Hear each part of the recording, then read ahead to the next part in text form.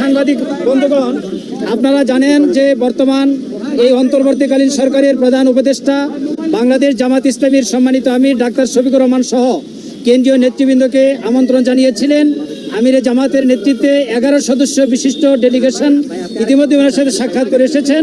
এখন আমিরে জামাত ডাক্তার শফিকুর রহমান আপনাদের সামনে সংক্ষিপ্ত বর্ণনা পেশ করছেন। আসসালামু আলাইকুম, কেমন আছেন আপনারা সবাই? আলহামদুলিল্লাহ। আপনারা জানেন জাতীয় জীবনে একটা টার্নিং পয়েন্ট এখন চলছে। আমরা প্রধান উপদেষ্টার দাওয়াতে এখানে এসেছিলাম। আমার সঙ্গে আছেন জামাত ইসলামের 2 জন নায়েবে আমির, ডাক্তার সৈয়দ আব্দুল্লাহ মোহাম্মদ তাহের এবং মৌলানা শামসুল ইসলাম। আমাদের প্রচার বিভাগের সেক্রেটারি আছেন, অ্যাসিস্ট্যান্ট সেক্রেটারিবৃন্দ আছেন এবং আরও সেক্রেটারি জেনারেল অধ্যাপক মিয়া গুলাম পরওয়ার আছেন। এইভাবে আমরা 11 জন আছি। তো আমরা এসেছিলাম এখানে, ওনারা ইনভাইট করেছিলেন বর্তমান পরিস্থিতিতে দেশকে সামনের দিকে এগিয়ে নেওয়ার জন্য আমাদের করণীয় কী, সেই বিষয়ে আলহামদুলিল্লাহ আমাদের মধ্যে আলাপ আলোচনা হয়েছে। দেশ আমাদের সবার, দেশ বেঁচে থাকলে ভালো থাকলে আমরা সবাই বেঁচে থাকবো এবং ভালো থাকবো। এই ক্ষেত্রে সমাজের সকল সেকশনের মানুষ আমরা যদি সমবেতভাবে কাজ করি, ইতিবাচক মনোভাব নিয়ে পরস্পরকে সহযোগিতা করি, এখন যারা দায়িত্বে এসেছেন তাদেরকে সহযোগিতা করি, তাহলে দেশ একটা শৃঙ্খলা এবং সৌন্দর্যের ভিতরে আসবে আমরা আশা করি। তা আমরা এখানে বিগত আন্দোলনে যারা নিহত হয়েছে তাদের শাহাদত কামনা করেছি, তাদের জন্য দোয়া করেছি। যারা আহত হয়েছে তাদের প্রতি সহানুভূতি এবং তাদের সুস্থতা কামনা করেছি। আর দেশের বিভিন্ন বিষয় নিয়ে ভালো মন্দ এগুলো আমরা আলোচনা করেছি যে আমরা কিভাবে সবাই মিলে আগাতে পারি। এটাই ছিল মূল কথা। নির্বাচন নিয়ে কোনো কথা হয়েছিল? নির্বাচন নিয়ে কোনো কথা হয়নি। আর দেশে যে বর্তমানে যে অস্থিতিশীল একটা পরিবেশ তৈরি হয়েছে, বিভিন্ন জায়গায় সংখ্যালঘুদের উপর হামলা সহ বিভিন্ন ধরনের অস্থিতিশীল, 2টা প্রশ্ন, একটা সংখ্যালঘু আরেকটা নির্বাচনের সময় কতটুকু দিতে চাই। নির্বাচনে ওনারা কেবল বসলেন, মাত্র 4টা দিন হলো।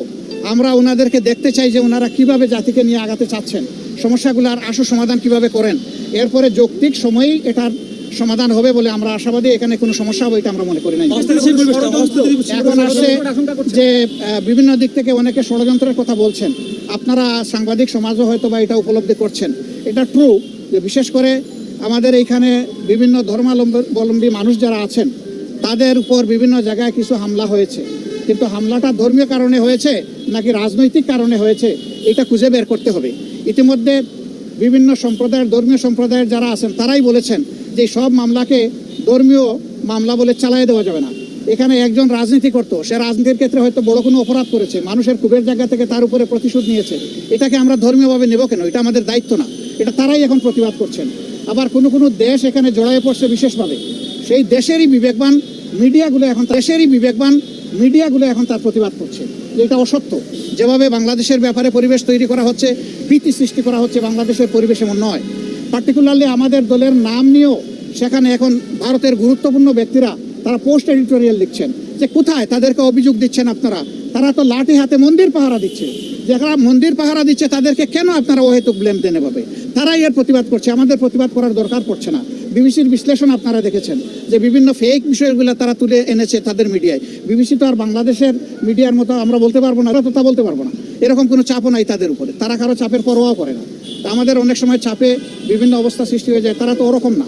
সেই হিসাবে আমরা আশা করি যে বাংলাদেশে কেউ ওরকম পরিস্থিতি সৃষ্টি করতে চাইলেও, কোনো ষড়যন্ত্র করতে চাইলেও জনগণের ঐক্যবদ্ধ প্রতিরোধের মুখে কেউ টিকবে না ইনশাআল্লাহ। মাননীয় আমির, একটা প্রশ্ন ছিল, সেটা হচ্ছে যে আমরা দেখেছি যে আপনাদের দলকে নিবন্ধন বাতিল করে এবং আপনাদের দলকে যে নির্বাহী আদেশে নিষিদ্ধ করা হয়েছিল, এই বিষয়গুলো আলোচনা হয়েছে কিনা এবং সেটা কবে নাগাদ উঠতে পারে, বা আপনাদের প্রকাশ্যে রাজনীতি করছেন এবং আপনাদেরকে বড় রাজনৈতিক দল, আপনারা আসলে কি প্রত্যাশা করছেন, বা ডক্টর মোহাম্মদ ইউনূস উনি আপনাদেরকে কি প্রত্যাশা দিয়েছে, আশ্বাস দিয়েছে? আসলে দেখেন, আমরা এখানে দলীয় দাবি দাওয়া নিয়ে আসিনি, আমরা এসেছি জাতীয় স্বার্থের বিষয়টা আলোচনা করতে। সেই জন্য দলীয় বিষয়গুলো তো আছে, এগুলো থাকবে। আর বড় কথা হচ্ছে যে কেউ আমাদেরকে নিষিদ্ধ করে দিলই বলে আমরা নিষিদ্ধ হয়ে গেলাম, এটা আমরা মনে করি না। কারণ শেষের দিকে সরকার এমন অনেক ভুল কাজ করেছে যেটার মাসুল হয়তো এই দেশবাসীকে দিতে হবে, সরকারকে তো দিতেই হবে, এটার বুঝাই দেশবাসীকেও টানতে হবে। সেই রকমই একটা বিষয়। আন্দোলন যখন তুঙ্গে, তখন আন্দোলনকে ডাইভার্ট করার জন্য জামাতে ইসলামীকে হঠাৎ করে নিষিদ্ধ ঘোষণা করে দেওয়া হলো। এটা সারা জাতি এই মতলব বুঝে, জাতি এটা গ্রহণ করে নাই বলেই আলহামদুলিল্লাহ রাষ্ট্রের সকল গুরুত্বপূর্ণ স্তরে এখন জামাতে ইসলামী সহযোগিতা করে যাচ্ছে এবং রাষ্ট্র আমাদেরকে অনুরূপ করছে। আমরা এটাকেই যথেষ্ট বৈধতা মনে করি, এর চাইতে বড় বৈধতার আমাদের প্রয়োজন নেই। রাষ্ট্রীয় পরিচালনার ক্ষেত্রে আপনারা কোনো পরামর্শ দিয়েছেন কিনা? প্রতিনিধিত্বকে বেশি প্রাধান্য আমরা আমাদের সঙ্গত জায়গা থেকে যেটা বুঝি সব দিয়েছি। সহযোগিতার আশ্বাস দিয়েছেন। অবশ্যই আমরা সহযোগিতা। সরকার শুরু হলো, আস্থা কেন রাখবো না? এটা তো জনগণের বিপ্লবের সরকার। আমরা এখনই আস্থা হারিয়ে ফেলার মতো তো কোনো জিনিস আমরা দেখছি না। Thank you very much. অর্থ আত্মসাতের মামলা থেকে খালাস পেলেন ডক্টর ইউনূস। বিগত সরকারের আমলে করা দুর্নীতি মামলা থেকে খালাস পেয়েছেন অন্তর্বর্তীকালীন সরকারের প্রধান উপদেষ্টা ডক্টর মোহাম্মদ ইউনূস সহ 14 আসামি। রবিবার ঢাকা বিশেষ জজ আদালতে বিচারক মোহাম্মদ রবিউল আলম এ আদেশ দেন। দুদকের পাবলিক প্রসিকিউটর মাহমুদ হোসেন জাহাঙ্গীর ও হাইকোর্ট পরিদর্শক আমির হোসেন বিষয়টি নিশ্চিত করেছেন।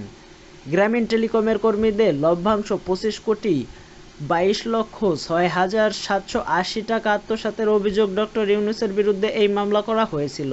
লি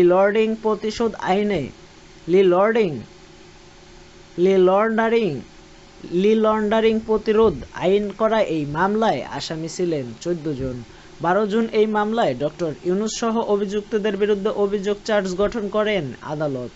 মামলার অপর আসামিরা হলেন গ্রামীণ